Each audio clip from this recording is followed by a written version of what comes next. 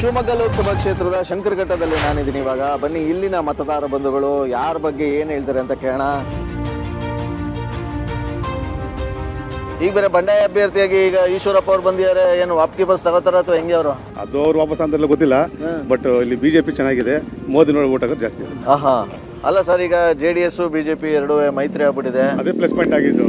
ಹಂಗಾಗಿ ರಾಘಣ್ಣವರು ಒಂದು ನಮ್ಮ ಲೆಕ್ಕಾಚಾರ 2.5-3 ಲಕ್ಷ ಲೀಡ್ ಇಂದ ಗೆಲ್ತಾರೆ. ಅಲ್ಲ ಸರ್, ಕಾಂಗ್ರೆಸ್ ಅವ್ರು ಗ್ಯಾರಂಟಿ ಮೇಲೆ ಗ್ಯಾರಂಟಿ ಕೊಟ್ಟದ 5 ನಾವು ಜನಕ್ಕೆ ಕೊಟ್ಟ ಮಾತನ್ನ ನಡೆದಿದೀವಿ ಅಂತಾರೆ. ಅದೆಲ್ಲ ವರ್ಕೌಟ್ ಆಗಲ್ಲ. ಅದು ಯಾವುದಂಡಿ ಅಲ್ಲ ಸರ್. MLA ಎಲೆಕ್ಷನ್ ಬೇರೆ, MP ಎಲೆಕ್ಷನ್ ಬೇರೆ. ದೇಶ ನೋಡಬೇಕು, ದೇಶ ಸುರಕ್ಷಿತವಾಗಿರಬೇಕು, ನಾವೆಲ್ಲ ಸುರಕ್ಷಿತವಾಗಿರಬೇಕು ಅಂದ್ರೆ ಈ ಸಲ ಬಿಜೆಪಿ ಬೇಕು. ಕಾಂಗ್ರೆಸ್ ಬಂದ್ರೆ ಒಳ್ಳೇದಾಗಲ್ವಾ? ನಮಗೆ ಬೇಡ. ನಿಮಗೆ ಬೇಡ, ಮೋದಿನೇ ಇರಬೇಕು. ಮೋದಿನೇ ಬೇಕಾ ನಿಮಗೆ? ರಾಘಣ್ಣ ವಿನ್ನಿಂಗ್ ಕ್ಯಾಂಡಿಡೇಟು, ಬಿಜೆಪಿನೇ ಸರ್ ವಿನ್ ಆಗೋದು. ಹೌದಾ? ಯಾಕೆ ಸರ್, ಕಾಂಗ್ರೆಸ್ ಅಲ್ಲಿ ಅಥವಾ ಈಗ ಬಂಡಾಯವಾಗಿ ನಿಂತಿರೋದು ಅಭ್ಯರ್ಥಿಗಳ ಎಲ್ಲ ಏನ್ ಇದಾಗಿದೆ ಅಂತ ಅವ್ರಿಗೆ ಓಟ್ ಹಾಕ್ಬೇಕು.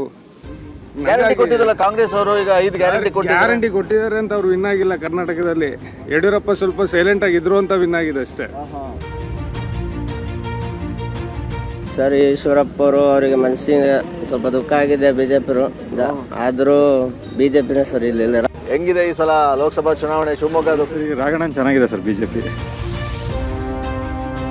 ನಾವು ಈ ಸರಿ ನೋಟಕ್ಕೆ ಓಟ್ ಹಾಕೋಣ ಅಂತ ಇದೀವಿ ಸರ್. ನೋಟಾಕೆ? ಹೌದು ಸರ್. ಅಲ್ಲ ಸರ್, ಯಾಕೆ ಅಂದ್ರೆ ಒಂದು ವಿಚಾರ ಹೇಳ್ತೀವಿ. ಯಡಿಯೂರಪ್ಪನ ಜೊತೆಯಲ್ಲಿ ಇಷ್ಟು ವರ್ಷ ಈಶ್ವರಪ್ಪ ಇದ್ರು. ಹೌದು. ಆಮೇಲೆ ನಿಷ್ಠಾವಂತ ಕಾರ್ಯಕರ್ತನೂ ಆಗಿದ್ರು. ಈಗ ಒಂದು ಸ್ಥಾನ ಕೊಡ್ಲಿಲ್ಲ ಅಂದ ತಕ್ಷಣ ಬಂಡಾಯ ಎದ್ದು ಹೋಗೋದ್ರಿಂದ ಅರ್ಥ ಏನಿದೆ? ಅವ್ರಿಗೆ ಓಟ್ ಹಾಕಕ್ಕಾಗತ್ತಾ? ಇಲ್ಲ. ಆಮೇಲೆ ಗೀತಾ ಶಿವರಾಜ್ಕುಮಾರ್ ಇಲ್ಲಿ ಹೋದ್ ಸರಿ JDS ಇಂದ ಬಂದ್ರು, ನಿತ್ರು, ಸೋತ್ರು. ಈ ಸರಿ ಕಾಂಗ್ರೆಸ್ ಇಂದ, ಮುಂದಿನ ಸರಿ ಈ ಸರಿ ಇನ್ನೊಂದಾಯ್ತು, ಮುಂದಿನ ಸರಿ ಬಿಜೆಪಿಯಿಂದ. ಪಕ್ಷದಿಂದ ಹಾರೋರಿಗೆ ಇವ್ರು ಓಟ್ ಹಾಕಕ್ಕಾಗತ್ತಾ? ಅಲ್ಲ, ಹಂಗಾರೆ ಹೋದ ಎಲೆಕ್ಷನ್ಗೆ ಹೋದ್ರೆ ಈ ಸಲ ಇನ್ನ ಬಂದೇ ಇಲ್ಲ. ಒಂದ್ಸಲ ಇಲ್ಲ, ಬಂದಿಲ್ಲ. ಒಂದು ದಿವಸ ಈ ಕಡೆ ಮಕ್ಕ ಹಾಕಿಲ್ಲ ಅವರು. ಅವ್ರಿಗೆ ಹಾಕಕ್ಕಾಗತ್ತಾ? ಆಮೇಲೆ ನಮ್ಮೆಲ್ಲರ ಜನ ನಿರೀಕ್ಷೆ ಇರೋದು ರಾಘವೇಂದ್ರ ಅಂತೇಳಿ.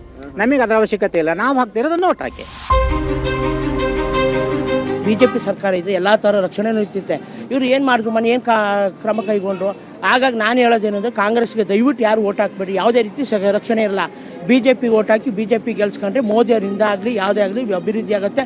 ಮತ್ತೊಂದು ಹಿಂದುತ್ವದಾಗಲಿ ಎನಿವನ್ನಾಗಲಿ ಉಳಿತೈತೆ ಅಂತ ನನ್ನ ಅಭಿಪ್ರಾಯ. ಹಂಗಾರೆ ನೀವು ಶಿವಮೊಗ್ಗದಲ್ಲಿ ಮೋದಿ ಅವ್ರ ಮುಖ ನೋಡ್ಕೊಂಡು ಓಟ್ ಹಾಕ್ತಿದ್ರೆ, ಇಲ್ಲಿರೋ ಅಭ್ಯರ್ಥಿನಲ್ಲ? ಇಲ್ಲಿರೋ ಅಭ್ಯರ್ಥಿ ಆಗಲಿ ಮೋದಿ, ಒಟ್ಟಿನಲ್ಲಿ ನಮಗೆ ಮೋದಿಯವರು BJP ಪಕ್ಷ, ಎಲ್ಲ ಯಾರೇ ಇಲ್ಲಿ BJP ಪಕ್ಷ ಬರಬೇಕು.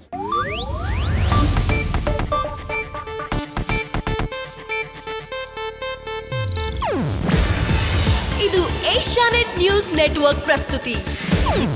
ನೀವು ನೋಡ್ತಿದ್ದೀರಾ ಏಷ್ಯಾನೆಟ್ ಸುವರ್ಣ ನ್ಯೂಸ್.